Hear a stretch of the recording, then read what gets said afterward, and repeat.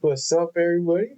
I got the new mic, got the new phone camera, got all that. Got all that. Was just listening to Slum Village, Fantastic Volume 1. And you know what? It was good. It was laid back. It was chill. If you want to listen to it, don't expect the craziest, most introspective, lyrical miracle, any of that. Um, it's not bad, honestly. But you know what it is? It's got some crazy beats. It's got some chill flows. Tim, T3, and of course Dilla, all flowing over the beat with a little stutter step flow. Little yeah. And I just fucked it whole like they just kind of like say random shit and they just kind of stutter while they're doing it. I don't even know what they're talking about, but I like it. It's got a nice little vibe. It feels real and genuine to me. Um. And I would say that's about it. I wish I could come up with a deeper analysis of the album. I guess if I were to analyze something, it'd be Dilla's beats. Um, of course, he's got the typical swing. He's got the typical kind of layering of different beat BPMs where different drum tracks are playing in a way that they kind of intersect and create a little bit of a bouncing back and forth between the hi hats and the kicks and the snare and all that. And it creates a nice little thing for people to flow over. And of course, it's just cool mixing with the samples as well. Um, so that's wonderful. And I think really, I read Dilla's book and shit, and it was a cool ass book. And Dilla really is he has a mystique to him. He's an enigma. He's got a lot of stuff about him that it's just interesting. Even that book, there's a lot more I feel like one could learn, and there's not a lot of interviews, to my knowledge, of him out there. I think I watched a couple, but I don't think there's a ton of them. I might be completely fucking wrong, but I think we need to show love to like Madlib and people like that. Those eccentric ass producers, like they're kind of quiet. Like Madlib, he has interviews out there, and he posts on shit, and but he's expresses something beyond words in his music. And it's the same with Dilla, and I think those two specifically stand out to me, and it was making me think of Madlib the whole time and how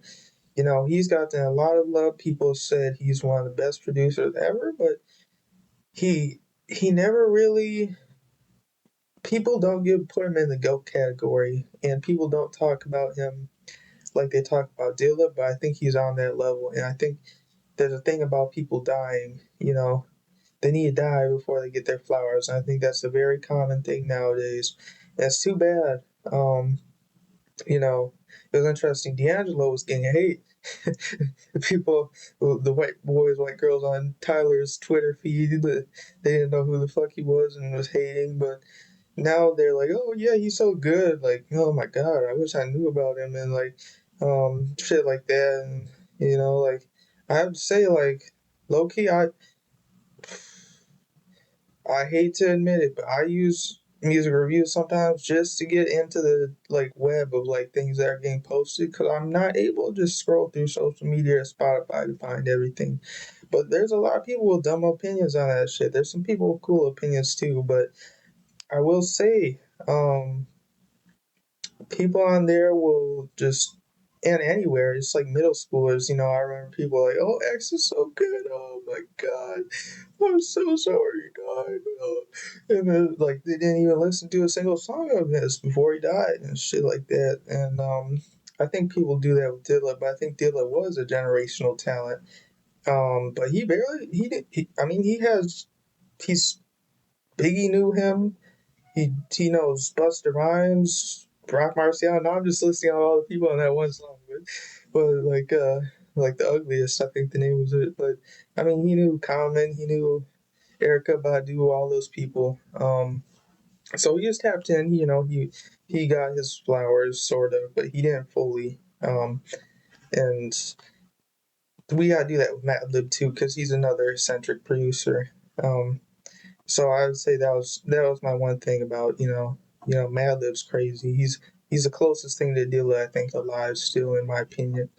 But other than that, I just had a normal day, low key. Like I've just been annoyed at people. I've been pissed off and shit. Like I feel like people are pissed off too, and it pissed me off. It's like I see them, they look at me like you look like you got some contempt or something. Like they look at me like that, and I'm like, oh come on, man. Like just let me be. Like damn. Like I'm just walking around, and maybe I'm just paranoid. Who knows? But I'm trying to think if there's some thoughts I have. Like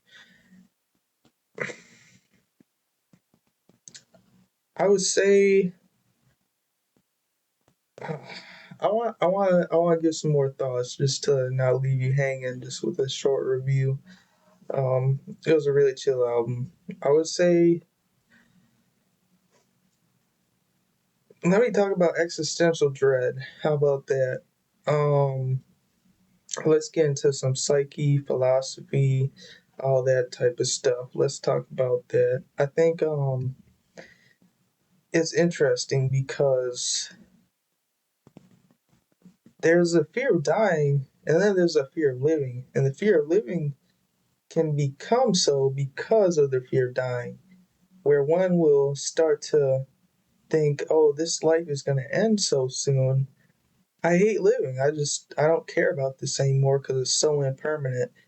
And I think that's something that happens, especially if someone's depressed. And I think it's interesting because it seems to becoming more common with this generation. I think there's less stigma around mental health. I think there's less just covering up and stuff because people aren't as judgmental. At least most aren't. Um, but people are, depression rates are rising, suicide, and it's too bad because like I see a lot of people who aren't happy, and maybe that's just my circle or something. But I'd say what we gotta do with the O Sun channel. We gotta lift ourselves up.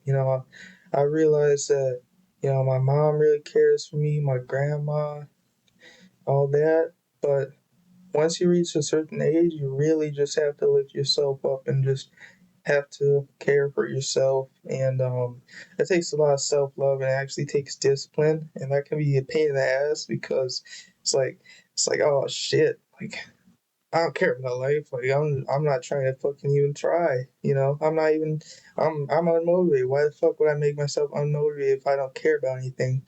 Why would I try to strike up a conversation or laugh at a joke or make a joke or try to be charismatic or my real self or anything like that? Why would I try to be that when I don't care? You know, yeah, I want to be happy, but at the same time I don't care. It's kind of a paradox, and you just have to do it even with that paradox, I would say. And I'm no enlightened person, and everything I'm gonna talk. I think my uncle once told me, he was like, sometimes the best advice is no advice. And I think Kanye says that too. He's like, sometimes the best advice is no advice. Especially when it's your advice. And it's like, it's like I'm gonna spew at advice on this channel, even though I don't even know like 1 billionth of the 0.001 percentile of information in this world. But I just like talking about that shit. And what I would say for the O fam, maybe I should call you guys the O fam. You know, we gotta keep on winning. That's what we gotta do. We gotta keep on winning. And sometimes the losers in life are the ones that are winning, and sometimes the winners are actually losers. So don't see yourself as what other people see yourself. You gotta see yourself as a winner, even if you're not getting that trophy.